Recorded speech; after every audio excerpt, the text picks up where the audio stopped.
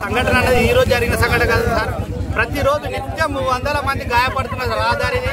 మాకు హైదరాబాద్ నుంచి మాకు అప్ప జంక్షన్ నుంచి 26 కిలోమీటర్లు సార్. సంఘటన స్థలానికి 26 కిలోమీటర్లు కూటవే దూరం ఉన్నాం కానీ ఎలాంటి డెవలప్మెంట్కు మేము నోచుకోలేము సార్.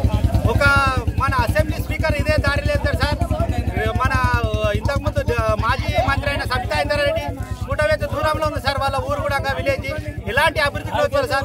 సొంత నియోజకవర్గం రేవంత్ రెడ్డి గారి సొంత నియోజకవర్గం వెళ్ళారు దారి కూడా ఇదే సార్. అంతే ఏంటంటే ఒక సీఎం వెళ్ళే కాన్వాయ్ కూడా ఎంత అభద్రత ఉన్నది. మనం ప్రజలందరినీ మేల్కోవాలి సార్. మీ మీడియా ద్వారా మేము అదే కోరుకుంటాం. రోజు ఎంతో మంది బైక్ ప్రమాదం అనుకోవచ్చు, బైకుల ద్వారా ఎంతో మంది మరణించడం జరుగుతుంది సార్. ఈ రోజు ఆలూరు గడ్డలకు ఈడికే 1 కిలోమీటర్ మాత్రమే ఉంది సార్. అది మరొక ముందే ఆ రోజు మినిస్టరు ఎమ్మెల్యే స్థానిక ఎమ్మెల్యే చెప్పింది ఏం సార్ అంటే మీకు 2-3 నెలల్లోనే దీని పరిష్కారము రోడ్డు వెడల్పు విస్తరణ కార్యక్రమాలు తొందరలోనే చేపడతామని చెప్పారు. ఇప్పటి వరకు రోడ్డు విస్తరణ లేదు, ఏం లేదు సార్. రోజు వందల మంది మృత్యువాత పడుతున్నారు సార్. ఏదో విధంగా మా గ్రామాలలో మాత్రం పోయిన మనిషి ఏదైనా చిన్నపాటి ఉద్యోగాలు చేసుకొని కూలి నాని చేసుకొని ఇంటికి మేము భద్రంగా క్షేమంగా వస్తున్నామనే సంఘటన మాత్రం ఏం లేదు సార్. ప్రతి ఒక్క ఇక్కడ మా విలేజ్ల గురించి ఏంటంటే విలేజ్ల నుంచి సార్ ఏదో ఒక్క విలేజ్ లో ఈ రోజు ఈ ఊళ్ళో చనిపోయింది ఆ ఊళ్ళో చనిపోయింది అని మేము ప్రతిరోజు మృత్యువాత పడుతున్నాం సార్. బండి మీద అంటే ఒక టెర్రర్ రోడ్ సార్ ఇది.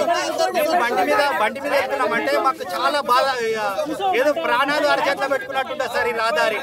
ఎందుకంటే మేము చాలాసార్లు ఎన్నోసార్లు మెమరాండం ఇవ్వడం జరిగింది.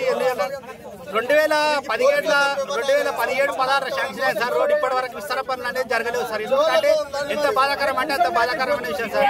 రేవంత్ రెడ్డి సార్ మన సీఎం వెళ్ళే Revanth Reddy daily speaker sir మన ఇదే రహదారులు వెళ్తారు సార్. సార్కు ప్రమాదాలు జరిగిన సంఘటనలు రోజు చూసుకుంటూనే పోతాడు. కార్లు కానీ మనకు అక్కడనే సంఘటన స్థలంలో పెట్టిన బండ్లు చూసుకుంటూ పోతాడు. దానిపైన అసెంబ్లీలో తీర్మానం చేసి త్వరితగతిన ప్రారంభించాలని ఎప్పుడు కూడా ఏ తీర్మానాలు చేయలేదు సార్. ఎందుకంటే వాళ్ళు ఎప్పుడు రేవంత్ రెడ్డి కానీ సబితా ఇంద్రారెడ్డి కానీ కాళే యాదవ్ కానీ ఇప్పుడు నిత్యము వికారాబాద్ హెడ్ క్వార్టర్ అయింది. రహదారి తొందరగా అభివృద్ధి చేస్తే తొందరగా వాళ్ళు ఇప్పుడు ఎంతో మంది ప్రయాణిస్తున్నారు సార్.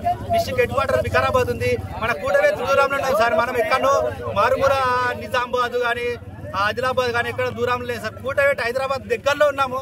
ఇంత రోడ్డు అభివృద్ధి కూడా నోచుకొని పరిస్థితి సార్. ఎందుకంటే ఎంతో మంది రోజు మా గవర్నమెంట్ హాస్పిటల్లో ఇప్పుడు మీరు రికార్డు చేయాలి సార్.